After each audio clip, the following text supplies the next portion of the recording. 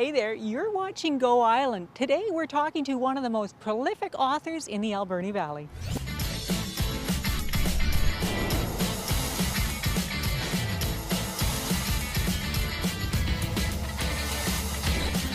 Aaron Vissia Financial Go Island is brought to you by Aaron Vissia Financial.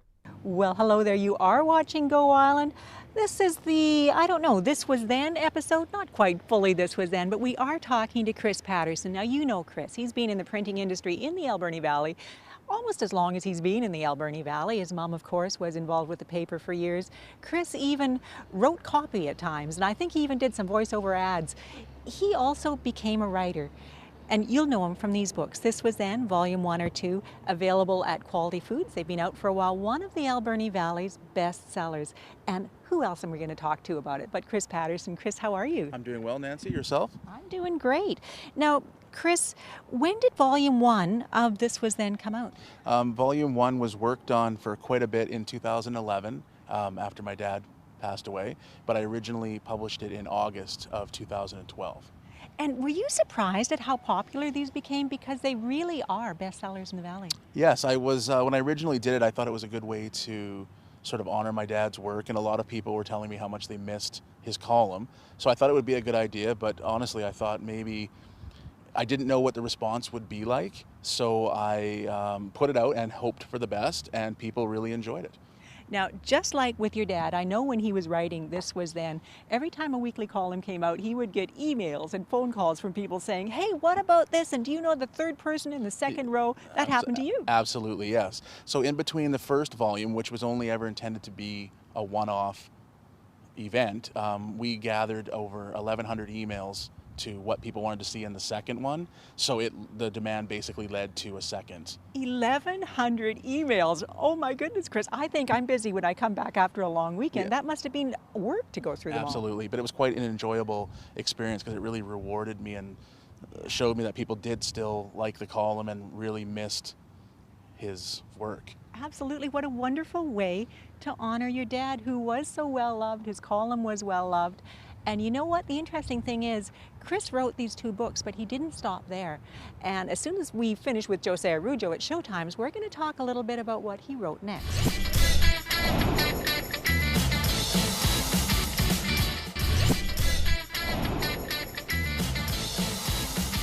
Well, welcome back. You are still watching Go Island. We're still out here in the sunshine talking with Kris Patterson about his developing writing career, because he kept on writing after the first two volumes of This Was Then.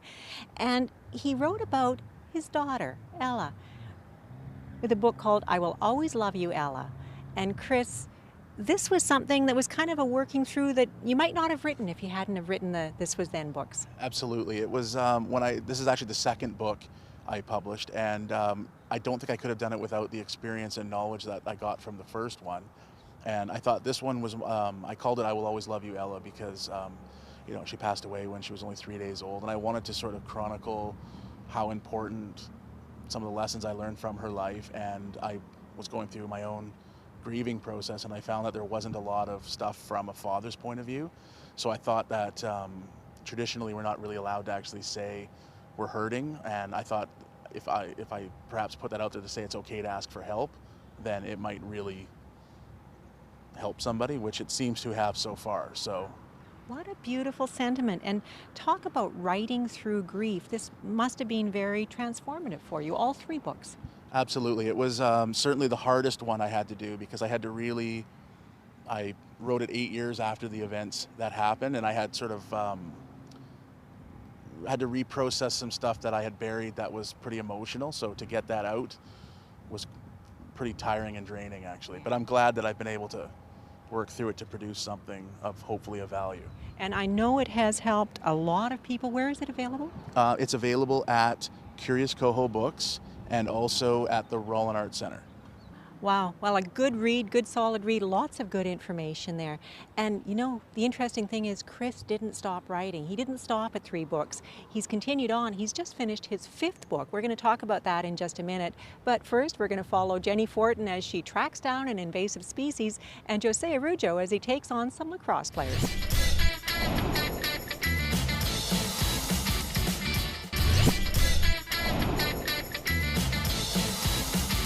Well, hello again. You are still watching Go Island. We are still talking to published author Kris Patterson about his fourth and fifth books, and that's actually what prompted this today. Kris has just published Action, just released his latest book, and we're going to talk to him a little bit about it. It says on the cover, "A catalyst to achieve all your dreams and more." Does that sum it up pretty much? Pretty much, yes. The book itself really it sort of catalogs and chronicles some of the things I went through with procrastination and just not taking action on my life, and I wanted to make some changes. So this will really showcase a lot of tips and techniques and strategies to move forward with things. Oh my gosh, okay, you're not that old, Kris. He's published 5 books. You can't be much of a procrastinator. A little bit. It's a recent development in taking action that, so I got some stuff in there like on goal setting and financial information and stuff like that. Well, holy cow, if anybody can give advice on how to achieve things, it's you. And we didn't even talk about number 4, sales success, because you've worked in sales for years. I basically grew up in sales, and my dad was also involved in selling advertising and working at the radio station for more than 30 years, so I tended to pick up some information from him. And this sales success really, I actually worked on both of them simultaneously, and I was busy at work, so I got a bit of a delay, but I first published Sales Success around November of 2013, and it really coincided with the fact that I was mentoring some new sales reps at the AV Times. Well, to me, this is just astonishing, Kris, that you've got 5 books out now. You're mentoring people, teaching people how to achieve their dreams and more. Where can people find these books? These books are also available at Curious Coho Books, the Rowan Arts Center, as well as Quality Foods. Beautiful. Kris, thank you so much for telling me about it. I got to admit, I'm a procrastinator. A lot of people who know me might be surprised at that, but I've got a whole pile of things not done yet. So Kris, thank you for telling me about it. Thank you very much, Nancy. We're almost at the end of our show, but before I say goodbye, we got a couple more stories for you.